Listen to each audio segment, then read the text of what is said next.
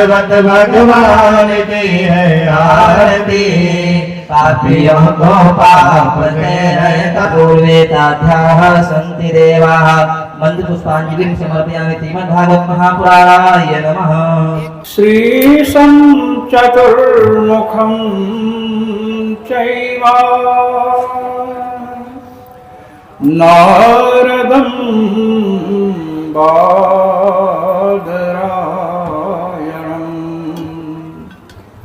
सुकं सूतं च गोकर्णं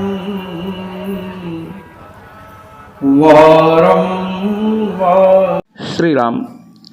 कार्य मात्र के प्रति समवायी, असमवायी और निमित्त, ये तीन कारण प्रसिद्ध हैं। तो भगवत भक्तों से प्रश्न किया कि आप कह रहे हो कि भगवान का नाम पाप नाश में स्वतंत्र कारण है, किसी कारण की अपेक्षा नहीं रखता है, तो ऐसा तो संसार में कोई कार्य ही नहीं है जिसके लिए तीन कारण के बिना काम चले। जितने कार्य हैं सबके प्रति तीन कारण है। यह प्रश्न नैयायिकों ने किया, न्याय दर्शन के विद्वानों ने भगवत भक्तों से। आप कह रहे हो कि भगवान नाम जो है पाप नाश के प्रति स्वतंत्र कारण है, पाप नाश भी तो कार्य है। तो भक्तों के तरफ से प्रश्न का उत्तर दिया गया कि आप न्याय दर्शन के विद्वान हैं, आप ये बताओ कि ये जो प्रकाश है, प्रकाश अंधकार के नाश के प्रति कारण है। आप कमरे में जाते हैं, बल्ब लगा है, रॉड लगा है, आपने स्विच ऑन किया तो प्रकाश हो गया, हो जाता है ना। तो अंधकार का नाश हुआ, तो अंधकार के नाश के प्रति प्रकाश के अतिरिक्त कौन दो कारण हैं, उनका आप उत्तर दीजिए। ये भक्तों ने नैयायिकों से, न्याय दर्शन के विद्वानों से पूछा। तो न्याय दर्शन के विद्वानों ने कहा कि नहीं, अंधकार के विनाश के प्रति तो प्रकाश स्वतंत्र कारण है, किसी कारण की अपेक्षा नहीं रखता है। तो भगवत भक्तों ने कहा कि जिस प्रकार अंधकार नाश के प्रति प्रकाश स्वतंत्र कारण है, इसी प्रकार पाप रूपी अंधकार के विध्वंस के प्रति भगवान नाम रूपी महाप्रकाश स्वतंत्र कारण है, किसी कारणांतर की अपेक्षा नहीं। ये महाराज देखिए, वैदिक प्रायश्चित जितने हैं महाराज, किसी ब्राह्मण की हत्या हो गई, अब ब्राह्मण की हत्या हो गई तो उस पाप से छूटने के लिए महाराज मनु ने कहा, ब्रह्मा द्वादशाब्दम कुटीम कृत्वा बने वसेत। ब्रह्म हत्यारा 12 वर्ष तक जंगल में कुटी बना करके रहे और अनेक नियमों का पालन करे। दूसरी बात कि जितने भी पाप हैं, जितने उसके प्रायश्चित बताए गए हैं, एक पाप का एक ही प्रायश्चित बताया गया। अब उस प्रायश्चित को आप करेंगे तो वही पाप नष्ट होगा, दूसरा नहीं नष्ट होगा। छोटे प्रायश्चित से बड़ा पाप नष्ट नहीं होता महाराज, और एक प्रायश्चित से 2 पाप नष्ट नहीं होते हैं। ये आपको मैं बतलाना चाहता हूं। किंतु भगवान का नाम, एक ही नाम अनंत पापों का विनाशक है। जो संकीर्तन आपके समक्ष कराया जा रहा था, श्रीमद् भागवत महापुराण में भगवान नाम के महात्म्य को बताते हुए कहा गया, सर्वेषामप्यघवतामिदमेव सुनिष्कृतम् नामव्याहरणं विष्णोर् यतस्तद्विषयामतिः। सर्वेषाम अपि अघवताम, जितने पापी हैं, चाहे छोटे पापी हों चाहे बड़े पापी हों, चाहे ब्रह्महत्यारे हों चाहे बकरी बकरा को मारकर खा जाने वाले हों, संपूर्ण पापियों का एक ही प्रायश्चित है। कहते कौन? नाम व्याहरणम विष्णु हो, भगवान के नाम का संकीर्तन, ये सबसे बड़ा प्रायश्चित है। छोटे पाप हो, बड़े पाप हो, एक पाप हो, अनेक पाप हो, सबको नष्ट कर देता है। सबसे बड़ी विशेषता भगवान के नाम की क्या है? इस श्लोक की व्याख्या में श्री श्रीधर स्वामी पाद ने लिखा, यतस्तद विषयामति, इस अंश को लेकर के कहते हैं, यह श्रीधर स्वामी बहुत बड़े विद्वान हुए, काशी में ब्रह्मनाल पर रहते थे। हम लोग परंपरा से शास्त्रों को पढ़े हैं।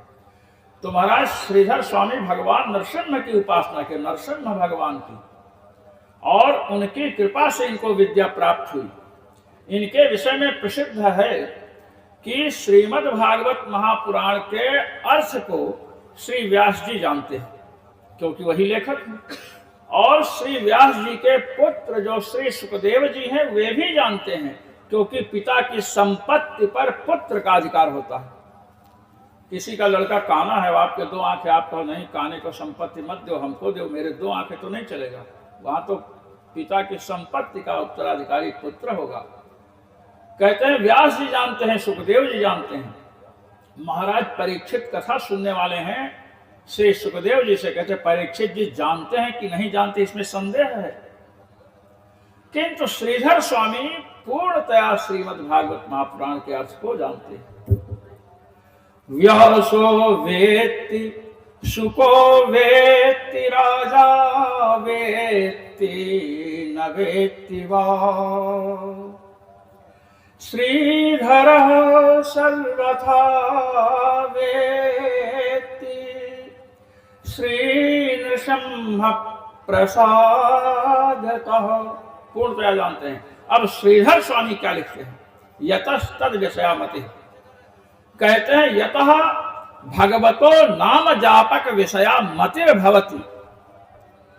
जो नाम संकीर्तन करते हैं ना, उनके विषय में भगवान का संकल्प होता है।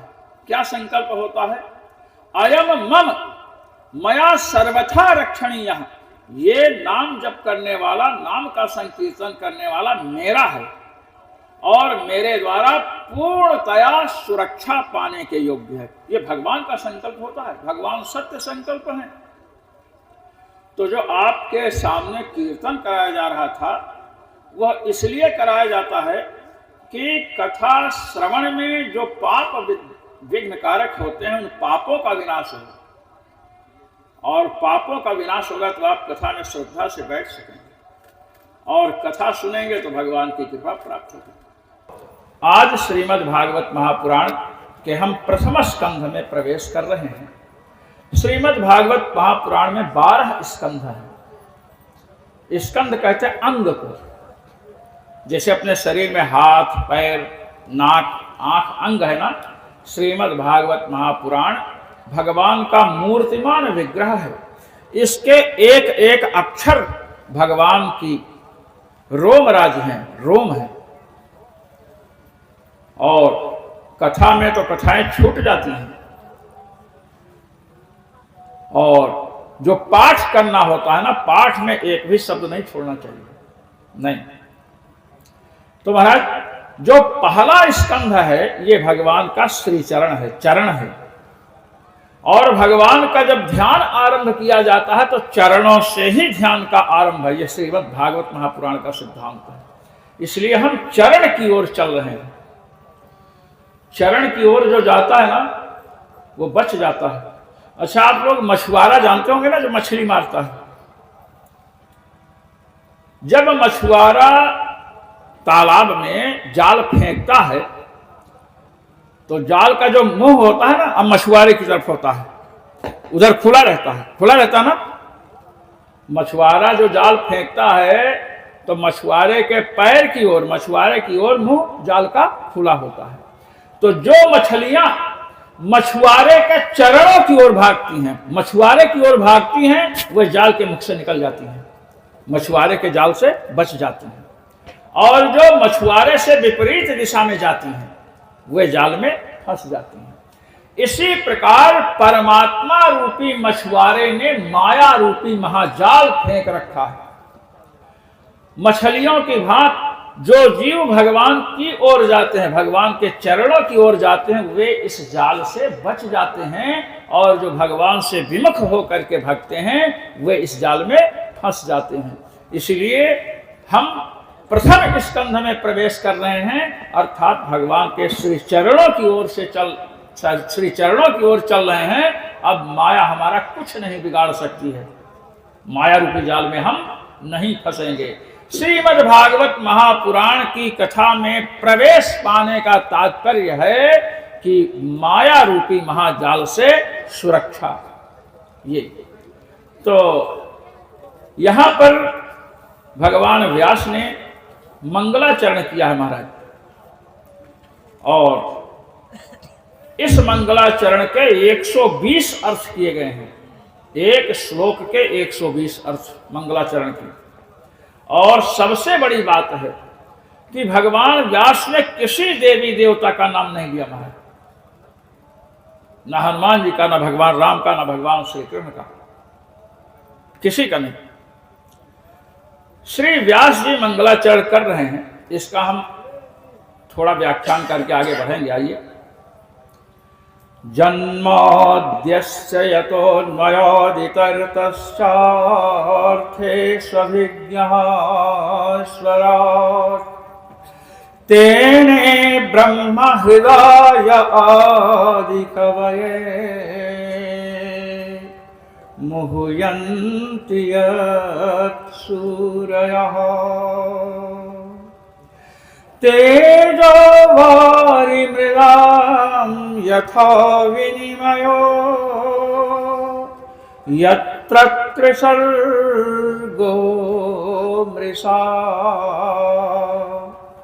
धाम्ना स्वेन सदा निरस्तकुहकम् धाम्ना स्वेन सदा निरस्तकुहकम् सत्यं परम धीमहि।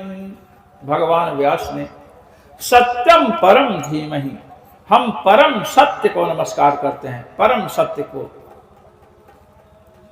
महाराज सत्यम परम धीमहि से सत्य को नमस्कार किया भगवान व्यास ने। अब भगवान व्यास सत्य को नमस्कार क्यों कर रहे हैं? क्योंकि सत्य ही भगवान का स्वरूप है। वेदांत में भगवान के दो लक्षण बताए गए हैं।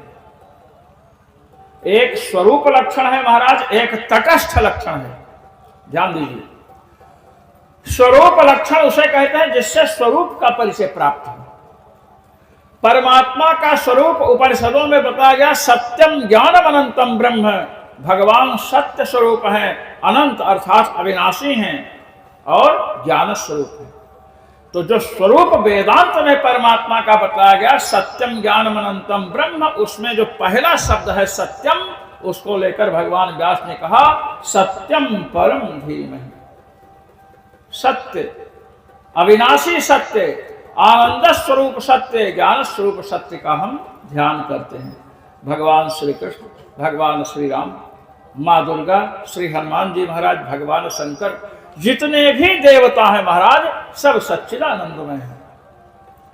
किसी भी देवता की उपासना करिए, ये समझिए कि सच्चिदानंदमय है, और यदि सच्चिदानंदमय नहीं समझते हैं तो समझिए उपासना अधूरी है।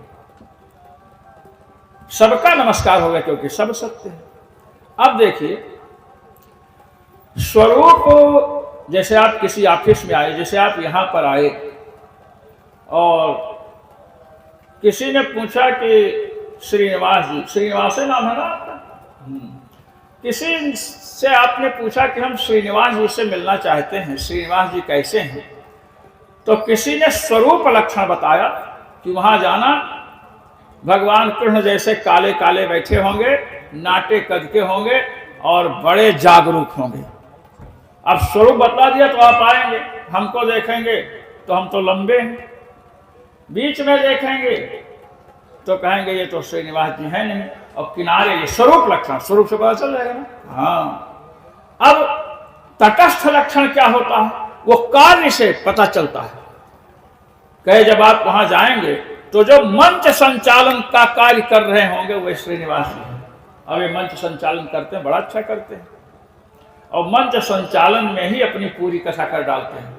ये इनकी सबसे बड़ी विशेषता है। तो कार्य के द्वारा अब भगवान किसे कहते हैं? तो कहते हैं कि यतो वा इमानि भूतानि जायन्ते, जिससे संपूर्ण प्राणी उत्पन्न होते हैं, जिसमें स्थिर रहते हैं और जिनमें अंत में लीन हो जाते हैं। तो ये परमात्मा का तटस्थ लक्षण है। तो यहां पर बता रहे हैं व्यास जी, जन्माद्यस्य यतोन्वयात्, ब्रह्म सूत्र भी है, जन्माद्यस्य यतः, परमात्मा जिससे जन्म माने सृष्टि पालन और प्रलय हो, उस सत्य को नमस्कार है। देखिए परमात्मा को नमस्कार किया, भगवान श्री राम, भगवान श्री कृष्ण, भगवान शिव, मां दुर्गा सब आ गए इसी सत्य में, क्योंकि सब परम सत्य हैं। महाराज भगवान सगुण है कि निर्गुण है, ये बहुत चर्चा चलती है। और ये जो हिंदी के कवि हैं ना, विशेष करके कबीरदास जी,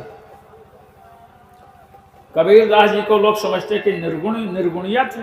कबीर संप्रदाय वाले, कबीर पंथी समझते कि निर्गुण थे। अब आपको मैं बतलाता हूं कबीर जी क्या थे। दशरथ सुत तिहुँ लोक बखाना, राम नाम का मर्म है आना। कहीं तो ऐसे शब्द मिलते हैं कि हम जिन राम की उपासना करते हैं दशरथ सुत से भिन्न है। तो कहीं कहते हैं राजा रामचंद्र भरताल, मैं राम की बहुरिया। ये लीजिए, भगवान राम, राजा राम हमारे भरताल हैं, पति हैं, और मैं राम की बहुरिया हूं। बहुरिया जानते हैं? क्यों नहीं जानते? सास लोग बहुरिया को जितना जानते दूसरा नहीं जानते। तो महाराज कबीर का दर्शन, कबीर जैसे महायोगी बहुत उच्च कोटि के थे। जी भड़िया छाला पड़ी राम पुकार ही पुकार, कहते हैं मेरे जीव में छाला पड़ गया राम राम जपते हुए। तो महाराज हमारे यहां बताया गया है कि परमात्मा जो है ना, सगुण है कि निर्गुण है। अब देखिए भागवत कार जो भगवान व्यास वो कह रहे हैं कि अर्थे स्वभिज्ञ स्वराट, परमात्मा अभिज्ञ है, सर्वज्ञ है। सर्वज्ञ माने संपूर्ण ज्ञान उनमें है। तो ज्ञान गुण जिसमें होगा वो निर्गुण हो ही नहीं सकता है महाराज। एक भी गुण हो तो निर्गुण नहीं कह सकते महाराज। और तेने ब्रह्म हृदय आदि कवये, आदि कवि महर्षि वाल्मीकि हैं, आदि कवि ब्रह्मा जी हैं। ब्रह्मा जी को हृदय माने संकल्पेन, संकल्प करके भगवान ने ब्रह्मा जी को वेद प्रदान किया। भगवान ने ब्रह्मा जी को वेद दिया है, ब्रह्मा जी को पैदा भी किया और ब्रह्मा जी को पढ़ाया भी। लड़के को जन्म दे दिए, माता पिता लड़के को जन्म दे दिए, तो पढ़ाने का दायित्व भी आपका ही है। यो ब्रह्माणं विदधाति पूर्वं, यो वै वेदांश्च प्रणीणोति तस्मै। ये श्वेता शतरोपनिषद, जिन्होंने ब्रह्मा जी को उत्पन्न किया, ब्रह्मा जी को उत्पन्न किया भगवान ने नाभि कमल से। समझ रहे हैं ना? आज तक इतने साइंटिस्ट हुए हैं और हो रहे हैं, नासा तक के। बताइए किसी भी प्राणी के नाभि से, अरे कमल तो छोड़ो, एक मच्छर भी किसी ने पैदा कर दिया। आपको एक बात और बताऊं, आज लोग कहते विज्ञान बड़ा उन्नत है और पहले ऐसा नहीं था। मैं उन लोगों से पूछना चाहता हूं जो अपने को माइंडेड समझते हैं। आज हमारे गणेश जी हैं, गणेश भगवान, गणेश जी का सिर काट करके हाथी का सिर जोड़ दिया, जोड़ा ना? हाँ। अब गणेश जी के मस्तिष्क में जो डाटा था, जो मेमोरी थी, जो स्मृति थी, वो हाथी के सिर में कैसे गई? आज का वैज्ञानिक, आज के डॉक्टर मनुष्य को यदि बंदर का महाराज दिल लगा दे तो बंदरों जैसे उछलने लगता है। और हमारे वैज्ञानिक ऐसे हैं भगवान शिव कि जब सिर कट गया तो हाथी का सिर जोड़े, और मानव माने मनुष्य रूप में जो गणेश जी के मन में, मस्तिष्क में जो स्मृति थी, जो ज्ञान का वैभव था, सब किसमें डाल दिया? हाथी के सिर में। आज का विज्ञान कर पाया? नहीं कर पाया। हमारे विज्ञान ने महाराज, पृथ्वी जी की उत्पत्ति हुई है वेन की भुजाओं के मथने से। भुजाओं का मंथन किया, दही मथने से मक्खन निकलता है, सब जानते हैं। भुजा के मंथन से महाराज पृथ्वी जी का जन्म हुआ। ये टेस्ट ट्यूब में ही पड़े हुए हैं अभी तक। आज के वैज्ञानिक। हमारे विज्ञान अग्नि से, धृष्टद्युम्न और द्रौपदी का जन्म हुआ अग्निकुंड से। और आजकल के लोग कहते हैं कि घी जलाने से और आहुति जलाने से क्या लाभ है। मतलब हमने देखा कि अपने भारत में शिक्षक की योग्यता का निर्धारण है। शिक्षक होने के लिए योग्यता चाहिए ना, क्लर्क होने के लिए भी योग्यता चाहिए, और नेता होने के लिए कोई योग्यता जरूरी नहीं है। कोई योग्यता नहीं महाराज नेता के लिए। आप सोचिए। अष्ट तो कहते हैं भगवान ने ब्रह्मा जी को उत्पन्न किया और ब्रह्मा जी को वेद पढ़ाया। कहते हैं ब्रह्मा जी को वेद पढ़ाया, ब्रह्मा जी तो उनके पुत्र हैं, पढ़ा दिए। हम लोग कहते हैं तम हदेवमात्म बुद्धि प्रकाशम मुमुक्षुर्वै शरणमहं प्रपद्ये। कहिए यदि आप मुमुक्षु हैं, मोक्ष चाहते हैं, मोक्ष संसार का प्रत्येक प्राणी चाहता है। अब कुछ लोग सोच रहे हैं हम लोग गृहस्थ हैं, हम मोक्ष नहीं चाहते हैं। ठीक है, संसार से मोक्ष नहीं चाहते हो, लेकिन अलाय बलाय से तो मोक्ष चाहते हो ना। भूत प्रेत से मोक्ष चाहते हो कि नहीं? अब नहीं चाहते हो तो भेजें दो चार, बताओ। चाहते हैं, मोक्ष सब चाहते हैं। कोई दर्द से मोक्ष चाहता है, कोई सास बहू से मोक्ष चाहते हैं। मोक्ष, संसार से मोक्ष चाहने वाले बहुत कम लोग हैं, विरले लोग हैं। तो कहते हैं कि जो हम मुमुक्षु हैं, जो हम मोक्ष चाहने वाले लोग हैं, चाहे दुख से मोक्ष चाहते हैं, चाहे किसी से मोक्ष चाहते हैं, मैं उन परमात्मा की शरण में जा रहा हूं जिन्होंने ब्रह्मा जी को उत्पन्न किया, ब्रह्मा जी को वेद का ज्ञान दिया। उनकी शरण ग्रहण करते हैं। इस प्रकार परम सत्य भगवान को नमस्कार किया। नैमिषारण्य की पवित्र धरती है, श्री सूत जी विराजमान है। सूत जी के विषय में कल मैंने बतला दिया है। अच्छा महाराज, जो शौनक जी हैं ये कुलपति हैं, ये भी कल बताया था ना। शौनक जी कुलपति हैं, और कुलपति देखिए, कुलपति बनने में पत्नी की आवश्यकता नहीं है।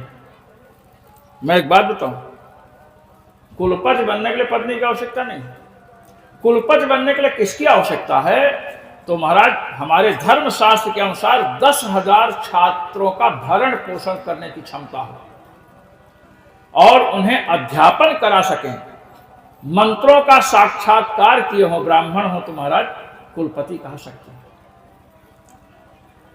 शौनक जी जैसे कुलपति विराजमान है और 88,000 ऋषि भी साथ में हैं। मैं आपको ये बताऊं, कल मैंने ये चर्चा नहीं की थी कि 88,000 ऋषि कहां से आए। 88,000 ऋषि। तो आपको मैं एक बात बता देना चाहता हूं, क्योंकि श्रीमद् भागवत महापुराण का प्रारंभ हुआ है। पहली बात तो यह है कि सुखदेव जी ने भागवत की कथा परीक्षित जी को सुनाई। अब सुखदेव हुए हैं 3। कितने सुख हुए हैं? 3। महाराज एक सुखदेव तो घृताची अप्सरा जा रही थी, उसको देख करके भगवान व्यास का तेज स्खलन हुआ, तेज निकला। उस तेज से एक बालक उत्पन्न हुआ है, वे सुख है। ये गृहस्थ हुए हैं। और जो हमारे सुखदेव जी जो भागवत की कथा सुनाया, अब इनके विषय में सुनिए। वो भागवत कथा वक्ता नहीं है जिनके विषय में अभी बतलाया। जब भगवान व्यास ने सत्यवती मां के कहने से अंबा, अंबिका, अंबालिका को देख करके, दृष्टि भोग इसको कहते हैं, दृष्टि से भोग करना। भगवान को भोग लगाते हैं ना, भगवान को। अब भगवान को भोग लगाना है, मान लीजिए कि आपके यहाँ चित्रपट है या शालग्राम भगवान है, कोई भगवान है, और तुलसी नहीं है।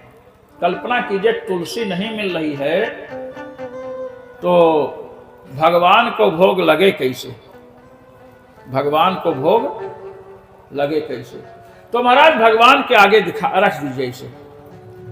भगवान दृष्टिपात करते हैं, दृष्टिपात, और देख लेंगे भोग लग जाएगा।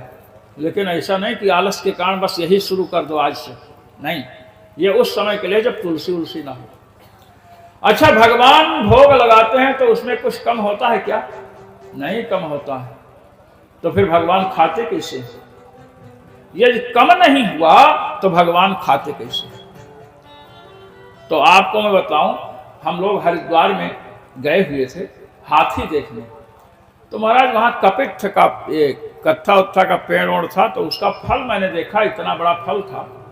तो मैंने उसको उठाया, वो एकदम हल्का था। मैंने फोड़ा तो फूट गया, उसमें कुछ निकला नहीं। हमने कहा ये कैसा फल है, इसमें तो कुछ नहीं निकला।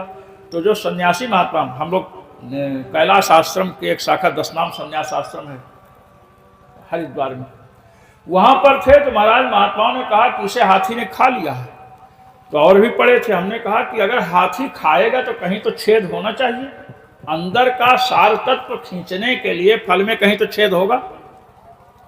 कहीं छिद्र नहीं दिख रहा है, तो हाथी ने खाया कैसे? कहीं यही हाथी की विशेषता है, वो मुंह में लेता है, पता नहीं क्या होता है, सार तत्व ग्रहण कर लेता है और छिलका छिलका बाहर कर देता है, पता नहीं चलता कि हाथी ने कैसे खाया। ऐसे ही भगवान जो भक्त के द्वारा समर्पित वस्तु है उसका सार तत्व ग्रहण करते हैं। समझ नहीं? अच्छा, सार तत्व क्या ग्रहण करते हैं? दाल में जो सार तत्व घी है उसे ग्रहण कर लेते हैं क्या? या भोजन में आपने दही का भोग लगाया, जो मलाई पड़ी है वो सार तत्व उसे ग्रहण करते हैं क्या? नहीं। भगवान भोग के प्रति भगवान को भोग लगाने के लिए आपके अंदर जो श्रद्धा है, भक्ति है, उत्कंठा है, ये श्रद्धा भक्ति उत्कंठा ये 3 सार तत्व ग्रहण करते हैं महाराज भगवान, और भगवान तृप्त हो जाते हैं और प्रसाद को महाप्रसाद बना देते हैं। तो यहां पर चर्चा ये चल रही है कि दृष्टि भोग श्री व्यास जी को सत्यवती माँ ने बुलाया, कहा वंश डूबा जा रहा है, आप कृपा करो। तो व्यास जी ने कहा कि मैं ब्रह्मचारी हूं, मैंने विवाह नहीं किया है। माता ये टीवी में माते माते करते गलत है एकदम।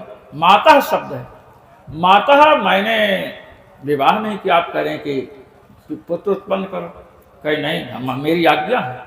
देखिए माता ने कहा मेरी आज्ञा है, अब आज्ञा दे दिया तो कितनों बड़े ब्रह्मचारी हों, कितने ही बड़े संत महात्मा क्यों ना हो महाराज, माता की आज्ञा अनुल्लंघनीय होती है। आज्ञा गुरुराम व्यभिचारणीय, गुरुजनों की आज्ञा पर विचार विमर्श नहीं किया जाता महाराज। कहे कि करेंगे, कहे कि इसको गुरु जी की आज्ञा है, माँ की आज्ञा है। माँ ने आज्ञा दी कि इनसे पुत्र उत्पन्न करना है तुम्हें, मेरी आज्ञा है। व्यास जी ने कहा ठीक है, एक एक महिला को मेरे सामने भेजते जाइए। तो पांडु जिसके पुत्र हैं उनको अंबा या जो भी हैं सामने भेजा गया, तो उन्होंने आंख बंद कर लिया महाराज, ऐसे निकल गई नग्न होकर के। व्यास जी की दृष्टि पड़ी। सत्यवती माँ ने पूछा कि संतान होगी ना, राजकाज चलाने लायक, क्या अंधी होगी? आंख बंद करके गई थी। दूसरी कन्या से कहा महाराज, तो वो बड़ी संकुचित हुई, क्योंकि व्यास जी उसके बाबा की अवस्था के। तो व्यास जी के सामने जाने में उसने अपने शरीर में हल्दी वल्दी पोत लिया, कुछ लेप लगा ली जिससे शरीर दिखे नहीं। गई माँ ने पूछा संतान अच्छी होगी? कहे नहीं, पांडु रोगी होगी, जैंडिस पीलिया का रोग होगा। तो पांडु को पीलिया का रोग था। कहे अब क्या करें? तो तीसरी कन्या को जब कहा, अंबा अंबिका अम्बालिका, जब तीसरी को कहा तो उसने कहा कि जाने में तो बड़ा गड़बड़ है, या तो अंधी संतान होगी या तो पीलिया। तो अपनी जगह दासी को भेज दिया। अब वो दासी जो है महाराज, उसने सुना कि व्यास जी के सामने नग्न होकर जाना है, संतान मिलेगी, उसने खूब श्रृंगार किया और मटकते झटकते महाराज सामने से निकली। वहां तो निकलना था, जाकर के खड़ी हो गई सामने। व्यास जी के सामने जब खड़ी हो गई, वो जानते हैं व्यास जी का महत्व महाराज, ये ब्रह्मर्षि हैं, इनके अनुग्रह से जो संतान होगी सामान्य नहीं होगी। और खड़ी हो गई तो व्यास जी ने देखा, और जब दृष्टिपात हुआ तो उसने चरणों में नमस्कार किया। तो नमस्कार किया तो सत्यवती माँ आई, कहीं कि अब राज्य चलाने वाली संतान होगी? कहे कि नहीं होगी, क्योंकि ये जो आई है ये दासी है, किंतु इसके जो संतान होगी वो ब्रह्मज्ञानी होगी। ये विदुर जी व्यास जी के पुत्र है महाराज, ब्रह्मज्ञानी हुए। धृतराष्ट्र को तत्व ज्ञान कराने के लिए इन्होंने सनत सुजात का स्मरण किया था, स्वयं ने उपदेश दिया महाराज। ब्रह्मज्ञानी होने के बाद भी क्या है, शूद्र हैं। शूद्र होने के कारण इन्होंने सोचा कि शास्त्र की मर्यादा को नष्ट नहीं करना चाहिए, इसलिए संकल्प किया। तो सनत सुजात भगवान आकर के धृतराष्ट्र को उपदेश देते हैं। तो महाराज व्यास जी ने जब ऐसा किया, दृष्टि भोग मैं चर्चा कर रहा हूं, दृष्टि से भोग हुआ। तो व्यास जी के मन में बात हुई कि जब मैंने दृष्टि भोग कर ही लिया, स्त्री को नग्न मैंने देख ही लिया, तो विवाह कर लेना चाहिए। ये बात मन में आई। हमारे यहां शास्त्र में बताया कि स्त्री को नग्न नहीं देखना चाहिए महाराज। पति भी अपनी पत्नी को महाराज सैया को छोड़ करके अन्यत्र नग्न नहीं देखे, नहीं तो पाप लगेगा उसको। यह हमारे धर्मशास्त्र की मर्यादा है। तो महाराज व्यास जी चिंतन कर रहे हैं कि मैं क्या करूं, और इधर एक महर्षि जाबाल हैं, उनकी पुत्री जिसका नाम वीटिका है, वीटिका, वो भी तपश्चर्या कर रही है। उसके मन में इच्छा हुई कि हमें तपस्वी पति मिले, और महाराज कनेक्शन भिड़ गया। कनेक्शन का मतलब यह है कि विचार तरंगे, तपश्चर्या की तरंगे चली महाराज। उसे पता चला कि मैं व्यास जी की पत्नी होने के योग्य हूं, और व्यास जी को पता चला कि ये मेरी पत्नी होने के योग्य है महाराज। तो व्यास जी जाबाल ऋषि के समीप पहुंचे और कहे कि मैं आपके पास आया हूं। तो जाबाल ऋषि ने कहा कि हाँ, मुझे पता है आप विवाह करने के लिए आए हैं ना मेरी पुत्री से। मेरी पुत्री भी आपसे विवाह करना चाहती है, आप भी उससे विवाह करना चाहते हैं, और मैं स्वयं चाहता हूं कि आप मेरी पुत्री के पति बन जाएं। आप जैसा तपस्वी कहाँ मिलेगा। महाराज विवाह हुआ।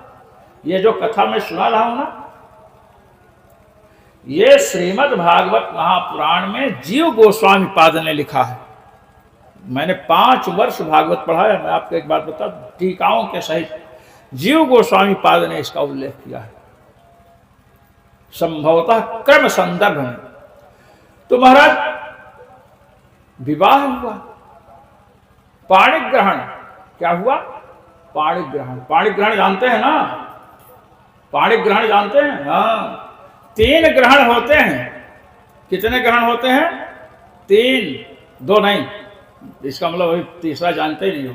सूर्य ग्रहण, चंद्र ग्रहण और पाणिग्रहण।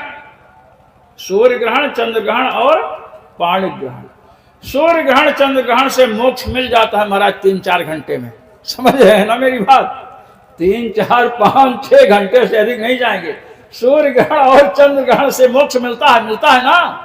मोक्ष स्नान करते हैं। ये पाणी ग्रहण वाला मोक्ष जल्दी नहीं मिलता है। इसमें तो पति में एक चला जाए तभी मोक्ष होता है। बड़ा खतरनाक ग्रहण है, समझ रहे ना? हाँ, और ये ग्रहण अगर ना लगे ना तो संसार की जो सृष्टि परंपरा चल रही है अवरुद्ध हो जाएगी। एक बात ये ध्यान रखना चाहिए हमें। इसी पाणिग्रहण के कारण हमारे इस मृत्युलोक में भगवान श्री राम, भगवान श्री कृष्ण पधारते हैं। यह भी ध्यान रखना चाहिए। हाँ, लेकिन मोक्ष में तो समस्या है ही, ये आप समझ लीजिए। तो महाराज विवाह हुआ, वीटिका के साथ श्री व्यास जी का विवाह हुआ, और विवाह होने के बाद महाराज दोनों तपस्या में लग गए, तपश्चर्या करने लगे। ये जो हनीमून मनाने जाते हैं ना, ये परंपरा बिल्कुल रद्दी है हमारे यहाँ। आप देखिए, जब भगवान श्री राम का विवाह हुआ ना, तो बहू आई जानकी जी। अब बहू जब आई तो बहुएं जानते हो किसके साथ सोई?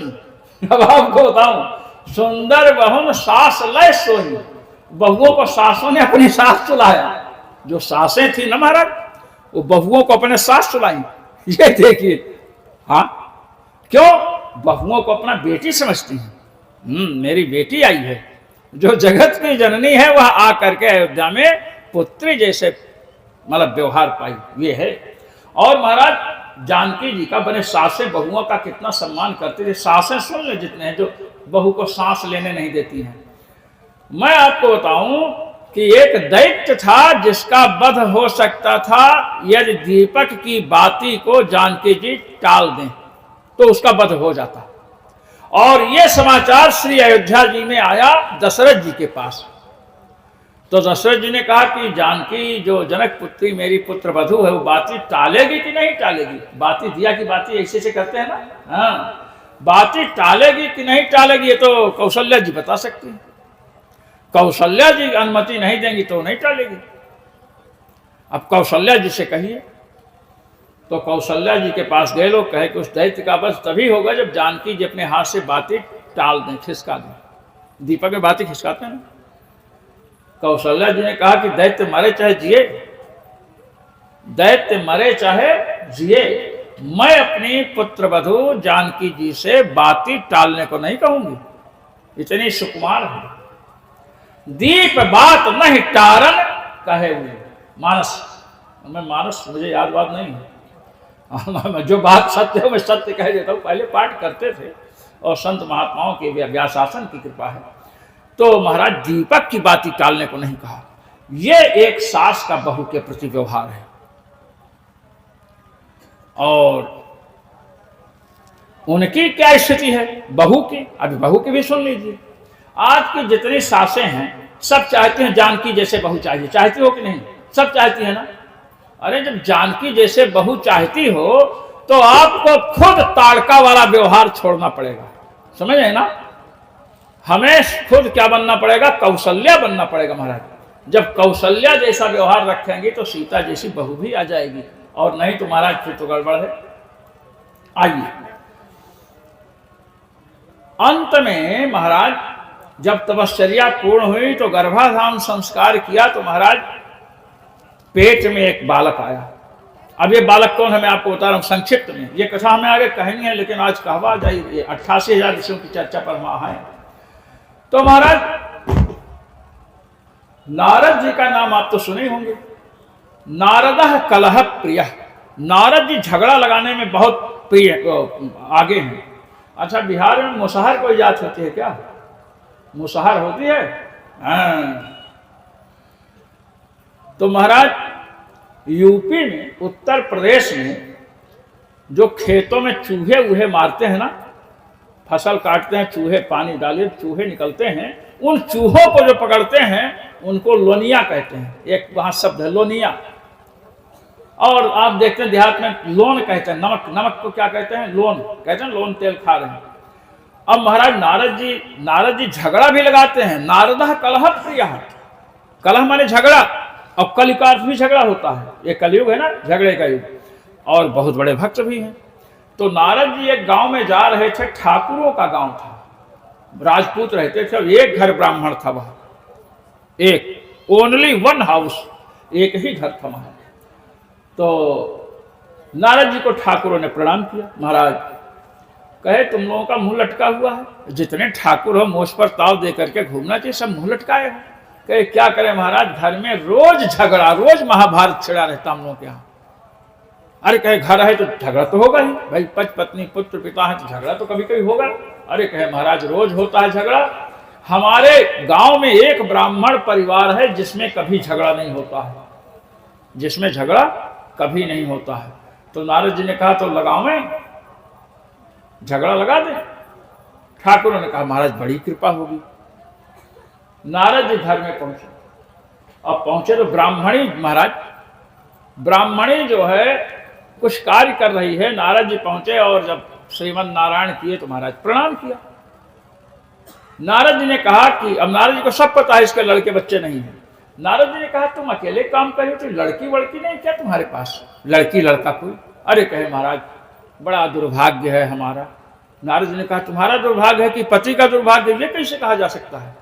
हो सकता है तुम्हारा सौभाग्य हो, पति का ही दुर्भाग्य हो जिससे लड़का ना हो रहा हो। कि महाराज तो कैसे पता चले? लाओ हाथ लिया। और महाराज हाथ लिया तो कहा कि ओहो क्या सौभाग्यवती का लक्षण है, ओह क्या कहना। अरे कहे महाराज ये बताइए बच्चा क्यों नहीं हो रहा है?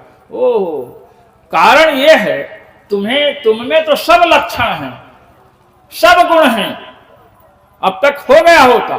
तुम्हारा जो पति है ना ये अगले जन्म का लोनिया है। अभी मैंने लोनिया की बात कही थी, लोनिया कि महाराज लोनिया है, ये कैसे विश्वास हो?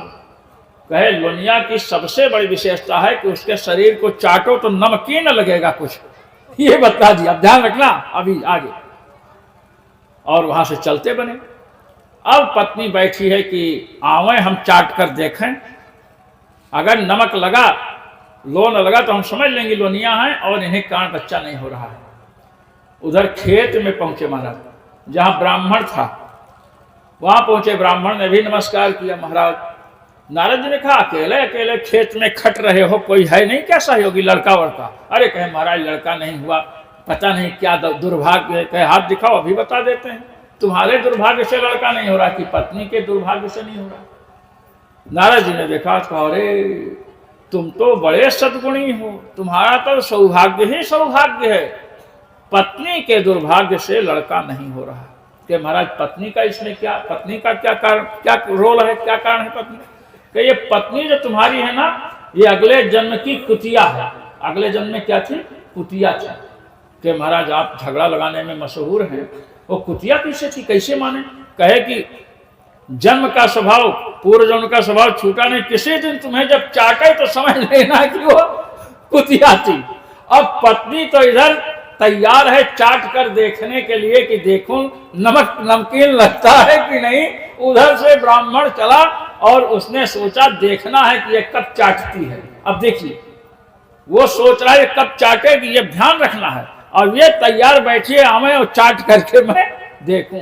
महाराज जेठ का महीना, गर्मी भीषण पड़ रही थी, पसीने से तर बितर होता हुआ पहुंचा और जैसे बैलों को बांधने लगा खूंटा से और पसीना चल रहा था, एक जीभ लगाई। अब पसीना में जीभ लगेगी तो नमकीन तो लगेगा ही। जैसे चाटी, ब्राह्मण ने देखा पीछे, ब्राह्मण ने कहा हट कुतिया कहीं की, तो उसने कहा हट लोनिया कहीं का। बस हो गया महाभारत शुरू। हट लोनिया, हट कुतिया। ये देखिए नारद कलह प्रिया, नारद जी झगड़ा भी लगाते हैं। और महाराज नारद शब्द का अर्थ क्या है मैं आपको बताता हूं।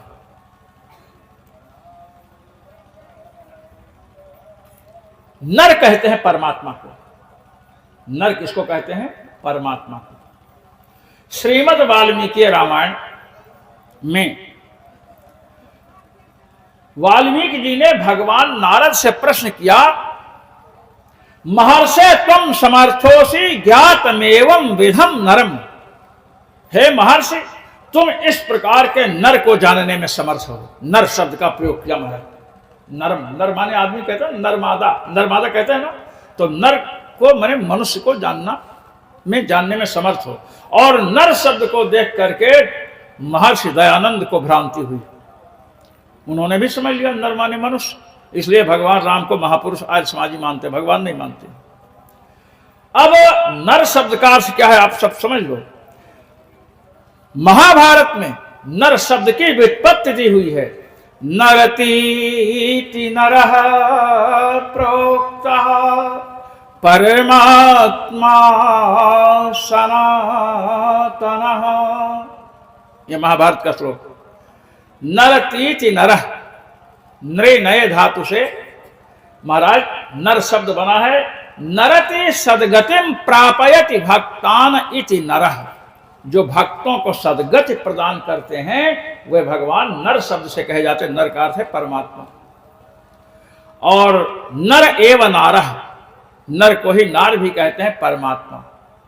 नारम परमात्मानम ददाति इति नारदः, जो परमात्मा को प्रदान कर दें। नारद जी ऐसे गुरु हैं कि महाराज शिष्य को भगवान को देते हैं। ध्रुव जी को महाराज द्वादशाक्षर मंत्र दिया नारद जी ने, और महाराज ध्रुव जी 5 महीने में भगवान को प्राप्त कर लिया। ये है नारद जी। और नार का अर्थ होता है अज्ञान।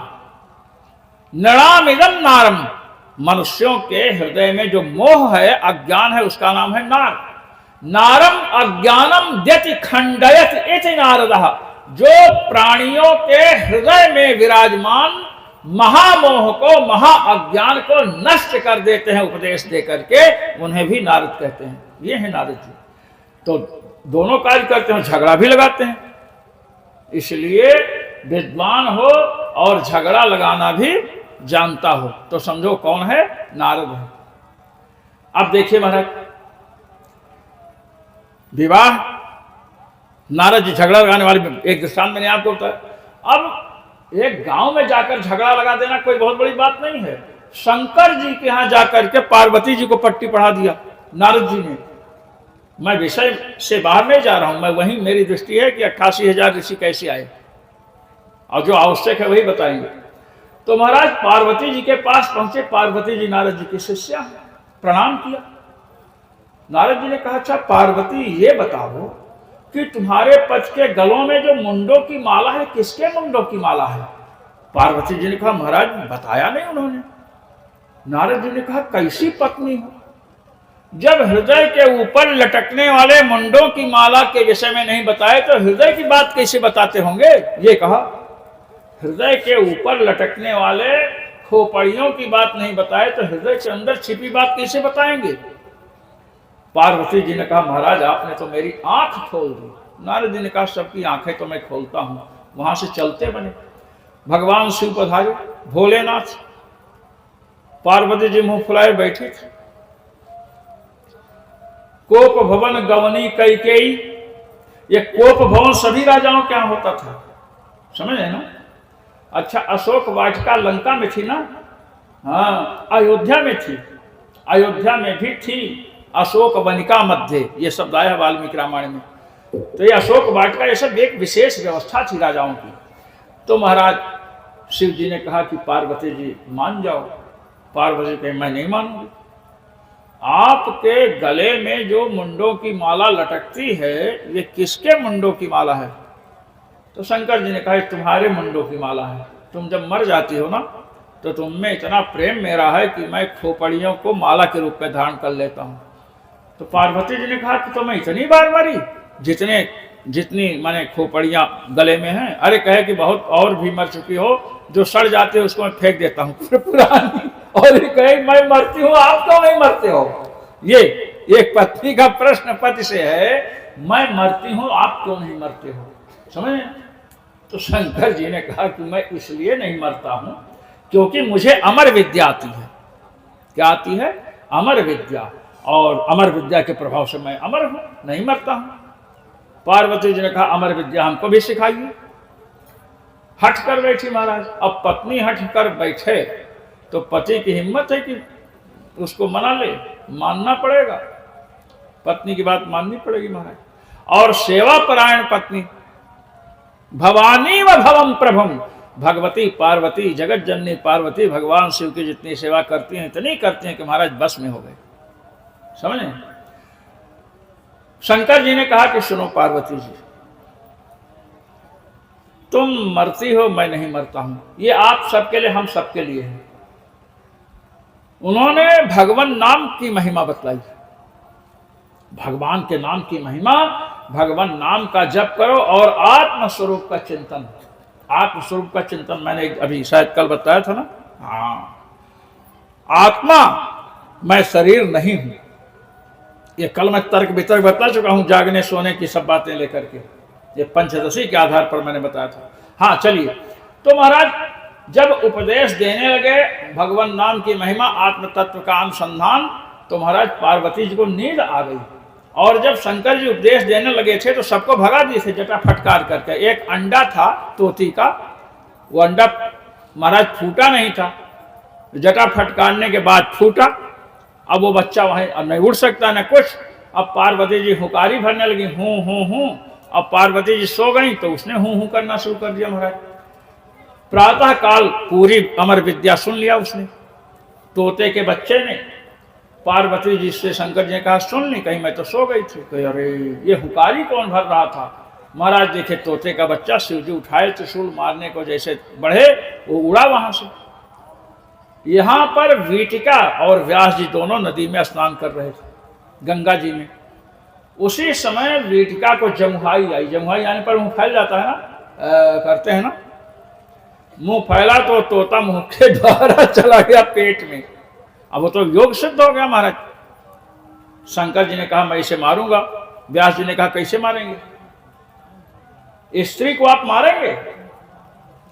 नारी का वध शास्त्र में बहुत बड़ा पाप माना गया है, समझे ना।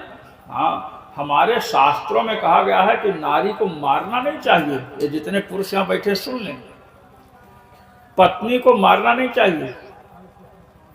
तो कहे पत्नी कोई अपराध करे तो, हाँ तो अपराध के लिए दंड का विधान है, ये नहीं कि खोपड़ी तोड़ दो, बाल नोच डालो, ये नहीं। सुन लो, कहे पत्नी को दंड क्या दे, कहे नारी दंड पृथक सैया, बस उससे कह दो कि तुम अपना बिस्तर अलग लगाओ, बस यही सबसे बड़ा दंड है हमारे शास्त्रों के अनुसार।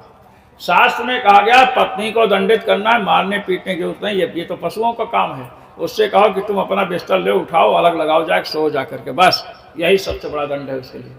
वो सब सहन कर सकती है, इसे सहन नहीं कर सकती है, समझे ना। और हमारे यहाँ नारियों का बड़ा सम्मान है महाराज। जिस घर में नारी प्रताड़ित होती है उस घर में सुख समृद्धि नहीं रहती महाराज। और सुख समृद्धि कहीं है तो वहां नारी का सम्मान है, नारी मर्यादित है। तो महाराज शंकर जी से व्यास जी ने पूछा क्यों मारना चाहते हैं इसको, नारी तो अवध्या होती है। अरे शंकर जी ने कहा कि हमको ध्यान ही नहीं था कि स्त्री अवध्या होती है। कि अच्छा मारना किसको चाहते हैं, तो बताया अमर विद्या सुन लिया। कि अमर विद्या सुना रहे थे किस लिए, पार्वती जी को अमर बनाने के लिए ना। कहे हाँ। तो कहे जब उसने सुन लिया तो अमर हुआ कि नहीं, कहे हो गया। कहे तब त्रिशूल लेकर क्यों पीछे पड़े हैं, जब वो अमर हो गया तो आप त्रिशूल लेकर पीछे क्यों पड़े हो, अमर को मार सकते हो क्या। कहे नहीं। कहे क्या अधिक छान लिया है आपने क्या, समझ रहे हैं। ये व्यास जी ने शास्त्रार्थ में भगवान शिव को पराजित कर दिया। और हमारे शिव जी की यही विशेषता है, वो हारने में ही सुख का अनुभव करते हैं, समझ रहे ना। यही जीव और शिव में यही अंतर है। जीव जब हारता है तो महाराज दुखी हो जाता है, और शिव जब हारते हैं तो न दुखी होते न सुखी, एक रस रहते हैं। ये भगवान शिव महाराज योग सिद्ध महापुरुष जो सुखदेव जी हैं, पेट में रहे महाराज व्यास जी पाठ वाठ करते हैं, सब स्मरण हो गया। और 12 वर्ष बीत गया, 12 साल 10 महीने में पेट इतना बड़ा हो जाता है। 12 वर्ष में पेट नहीं, वो पंडाल बन गया था, जिसे पंडाल है, बड़ा भारी पेट हो गया। 12 साल का लड़का पेट में रहेगा तो कितना बड़ा होगा, समझ लो। चलने में उस माँ को कितनी परेशानी होगी। व्यास जी से बीटिका ने कहा कि ये लड़का बाहर नहीं निकल रहा है। व्यास जी ने कहा भाई निकलो। उसने कहा मैं अंदर में पाठ पूजा करूंगा, बड़ा एकांत है, माया का कोई प्रकोप नहीं है। अंत में व्यास जी भगवान कृष्ण को लेने द्वारकापुरी पहुंचे महाराज। और द्वारकापुरी आकर के भगवान कृष्ण को लेकर गए, भगवान कृष्ण गए और संवाद होना शुरू हुआ। भगवान ने कहा कि तुम बाहर निकलो। और महाराज इतनी मधुर वाणी है, भगवान श्री कृष्ण ने उस बालक का नाम सुख रखा है। यह श्री कृष्ण का दिया नाम, यह जीव गोस्वामी पाद ने इसका वर्णन किया है। तो महाराज सुखदेव जी ने कहा कि प्रभु मैं बाहर तो निकलूंगा, लेकिन एक शर्त है। कहे क्या। कहे हम निकले तो माया की गति रोक दीजिए, माया की गति रुकनी चाहिए। तो भगवान ने कहा कि माया की गति रुकेंगे तो सबकी गति रुक जाएगी। तो सुखदेव जी ने कहा तो हम निकलेंगे नहीं। और बीटिका कहने जल्दी निकालने के लिए कहिए, जल्दी निकलने के लिए कहिए। अंत में यह निर्णय हुआ कि सरसों जानते ना, सरसों के दाने को बैल की सींग पर गिराया जाए, मान लो इस पर गिराया जाए, और जितनी देर वो रुकेगा उतनी देर माया रुकेगी। ये हुआ। तो सुखदेव जी तो महायोगी हैं महाराज। भारतवर्ष में जितनी माताओं ने गर्भ धारण किया था सबके गर्भ में प्रवेश कर गए, और कहे कि जब हम कहेंगे तो निकल पड़ना। 88,000 माताओं ने गर्भ धारण किया था महाराज। और भगवान श्री कृष्ण से कहे कि अमुक समय आपको माया रोकनी है, हम निकलेंगे। और उधर वो सब निकले, तब निकले, समझे कि नहीं। यही 88,000 ऋषि तुरंत जंगल चले गए सब। तो 88,000 ऋषि सौनक जी के साथ नैमिषारण्य की पवित्र धरती पर विराजमान हैं। श्री सूत जी के समक्ष जाकर के प्रश्न किया महाराज। प्रातः हुताग्नया, ऋषियों ने अग्निहोत्र आदि कर्म कर दिया है। समझ रहे हैं ना। इससे यह बताया गया कि कथा सुनना है तो पहले अपना नित्य कर्म कर लो, भजन साधन कर लो ये, और जा करके महाराज कई प्रश्न किया, जिसमें एक प्रश्न है कि वसुदेव और देवकी के गर्भ से भगवान ने अवतार कैसे लिया। प्राणी को अपने जन्म का जो परम प्रयोजन है मोक्ष लाभ वो कैसे मिल सकता है। भगवान के अवतारों की कथाएं सुनाएं। और महाराज एक प्रश्न किया कि भगवान श्री कृष्ण जब धराधाम का परित्याग करके अपने गोलोक धाम चले गए तो धर्म किसकी शरण में गए, यह अंतिम प्रश्न है। धर्मः कं शरणं गतः, ये प्रश्न, धर्म किसकी शरण में गया, धर्म की रक्षा कौन करेगा। महाराज लोग कहते हैं ना भगवान धर्म बचावें, ये देहाती लोग कहते हैं ना हे भगवान हमारा धर्म बचाना, कहते हैं ना। हाँ, यहां पर भी कह रहे हैं धर्मः कं शरणं गतः, धर्म किसके शरण में गया, अर्थात किसके द्वारा धर्म की रक्षा होनी है, भगवान की शरण में। जो भगवान का आश्रय लेते हैं महाराज उन्हीं का धर्म बचता है, जो भगवान का आश्रय नहीं लेता है उसका धर्म नष्ट हो जाता है। अजामिल उपाख्यान में यही बात है। अजामिल वेद का पारगामी विद्वान है, सब कुछ है, भगवत भक्ति नहीं कर रहा था तो महाराज पतित हो गया। ये छठे स्कंद में हम आपको बताएंगे। तो महाराज ये जब प्रश्न किया तो श्री सूत जी ने महाराज अपने गुरुदेव श्री सुखदेव जी को प्रणाम किया है। यम प्रव्रजंतम अनुपेतम अपेत कृत्यम, श्री सुखदेव जी को प्रणाम करके श्री सूत जी कहते हैं कि देखिए ये कथा जो हम आपको सुनाएंगे ये हमने श्री सुखदेव जी से सीखी है, सुखदेव जी से मैंने पढ़ी है जब परीक्षित जी को कथा सुना रहे थे। भगवान के अवतारों की चर्चाएं, भगवान के कितने अवतार हैं। देखिए यहां पर श्रीमद् भागवत महापुराण में भगवान के अनेक अवतारों की चर्चा हुई है और यहां पर यह बतलाया गया है कि जो बड़ी बड़ी विभूतियां हैं ये सब भगवान के ही अवतार हैं। परशुराम जी का, नरसिम्हा भगवान का, वामन भगवान का, मत्स्य, वराह, कच्छप पर सबका चरित्र वर्णन किया और अंत में कहा एते चांस कला पुंसः कृष्णस्तु भगवान स्वयं। जिनको मैंने बताया ये स्वयं भगवान के अवतार हैं। कोई कला अवतार है, कोई अंशा अवतार है, भगवान का कोई कला अवतार है, कोई अंशा अवतार है और श्री कृष्ण स्वयं भगवान है। तो उसके पहले तो भगवान राम की भी चर्चा आई है, भगवान नरसिम्हा की भी चर्चा आई है। तो क्या सब अंशा अवतार या कला अवतार है? कहते नहीं,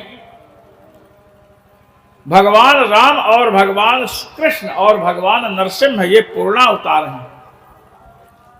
नरसिम्हा राम कृष्णेशु षाड गुण्यम परिपूरितम, तीनों में 6 गुण है इसलिए भगवान कहते हैं इनको। महाराज भगवान के कुछ अंशा अवतार होते हैं और कुछ कला अवतार होते हैं। जैसे मत्स्य अवतार है, कूर्मा अवतार है, ये सब अंशा अवतार हैं। और कला अवतार जैसे परशुराम जी हैं, व्यास जी हैं। व्यास जी भगवान नारायण के ज्ञान कला के अवतार हैं। परशुराम जी जो है शक्ति अंश से अवतरित हुई है। इस प्रकार अंशा अवतार, कला अवतार का वर्णन। और फिर नारद जी के चरित्र का वर्णन है। श्री सूत जी से सौनकाल ऋषियों ने पूछा कि महाराज भागवत की रचना कैसे हुई, भागवत की रचना कैसे हुई? तो इन्होंने कहा कि भागवत की रचना जो है व्यास जी ने की है। व्यास जी ने कैसे की? एक बार भगवान व्यास महाराज विराजमान थे अपने आश्रम में, बड़े खिन्न हैं कि जैसे कभी कभी होता ना, आपको लगता है कि मन खिन्न हो जाता है तो लोग ब्लड प्रेशर चेक कराते हैं, समझ रहे ना। हाँ, व्यास जी बड़े खिन्न हैं। उसी समय देवर्षि नारद पधारे, गुरुदेव के चरणों में प्रणाम किया। व्यास जी ने प्रणाम किया। जब कोई साधु महात्मा विद्वान घर में आए तो सर्वप्रथम कर्तव्य है कि उनको प्रणाम कीजिए। प्रणाम करने के बाद पाद प्रक्षालन, चरण प्रक्षालन और जलपान कराइए। तो श्री व्यास जी ने श्री नारद जी का सम्मान किया। पाद प्रक्षालन करने के बाद बिठाया तो श्री नारद जी ने महाराज पूछा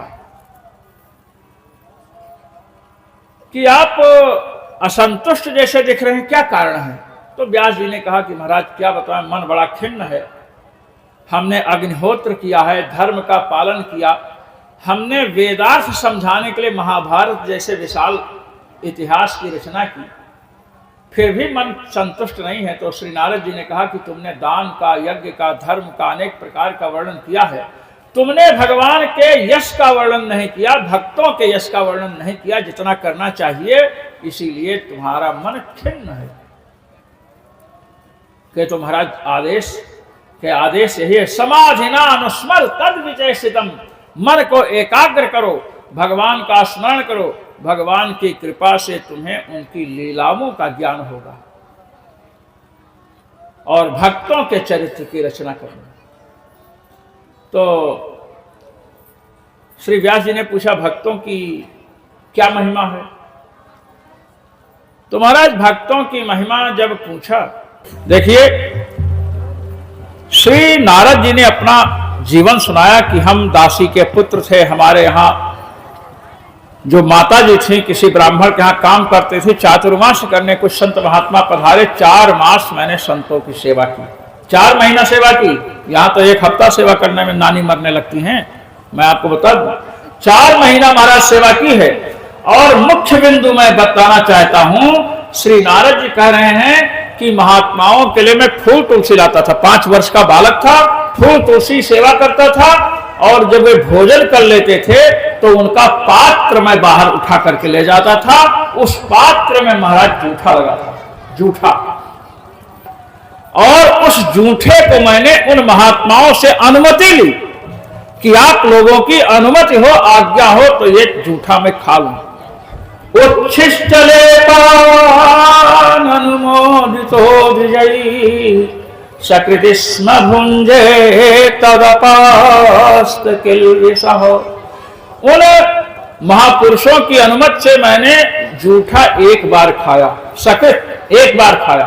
कहे उससे क्या हुआ कि तदपास्त किल्बिषः, मेरे संपूर्ण पाप नष्ट हो गए, भगवान में भक्ति हो गई, महात्मा चले गए, मां मर गई और मैं निकल गया हिमालय की ओर, सरोवर में स्नान किया, भगवान का ध्यान किया, भुवन मोहिनी छवि आई, गायब हो गई। मैंने बार बार प्रयास किया तो आकाशवाणी हुई कि नारद, आकाशवाणी हुई, पुत्र इस जन्म में तुम मुझे नहीं देख सकते हो, तुमने 4 महीने संतों की सेवा की, इसलिए तुम दूसरा जन्म लोगे, ब्रह्मा के पुत्र बनोगे और वहां से तुम वैकुंठ आओगे, लक्ष्मी जी की वीणा मैं तुम्हें दे दूंगा, और तुम जब वीणा बजा करके संकीर्तन करोगे मैं तुम्हारे सामने नृत्य करूंगा। यह है संत सेवा का प्रभाव। संत सेवा का मतलब यह होता है कि भगवान हृदय में या नेत्रों के समक्ष आकर के नृत्य करने लगे। जो परमात्मा संपूर्ण जगत को नचाते हैं वे परमात्मा आकर के नृत्य करने लगे। ताह यहीर की छोहरिया छछिया भर छाछ पे नाच नचावें, ये संत सेवा का फल है। महाराज इस प्रकार देवर्षि नारद ने बतलाया कि मैं एक दासी पुत्र से संतों की कृपा से ब्रह्मा का पुत्र बना, भगवान का दर्शन होता है। इसलिए समाधिना अनुस्मर तद विचेषितम, समाधि के द्वारा उनका स्मरण करो। किसका? भगवान की लीलाओं का। और महाराज यह कह करके चल दिए। और जब वो चले गए तो शौनक जी ने पूछा कि महाराज फिर क्या हुआ? कहे हुआ क्या? भगवान व्यास जो है ना, बद्रिकाश्रम में महाराज बैठे हुए हैं। बद्रिकाश्रम बद्रीनाथ गए हो कभी? नहीं, बद्रिकाश्रम जाना। बद्रिकाश्रम में बैठे हैं, 4 बजे महाराज उठ करके स्नान किए और बैठ गए। बद्रिकाश्रम में रहने वाले जल्दी नहाते वहाते नहीं हैं, ये समझ लेना, गोपनीय बात बता रहा हूं। इतनी ठंडी हवा चलती है, वहां की हवा के लगने से ही शरीर शुद्ध माना गया महाराज। यह बद्रिकाश्रम की महिमा है। तो नारद जी महाराज वहां पर विराजमान, ये व्यास जी, और व्यास जी ने समाधि लगा करके महाराज दर्शन किया। भगवान की माया और ये सब जो दर्शन किया, उस सब को एक ग्रंथ के रूप में लिखा, जिसका नाम है श्रीमद् भागवत महापुराण। अब श्रीमद् भागवत महापुराण की रचना हो चुकी है। इसके बाद उन्होंने क्या किया, श्रीमद् भागवत महापुराण की रचना हुई और उसके बाद भागवत श्री सुखदेव जी ने कैसे पढ़ी, ये सब चर्चा हम कल की कथा के प्रसंग में करेंगे। राधे राधे राधे राधे राधे राधे राधे राधे राधे राधे।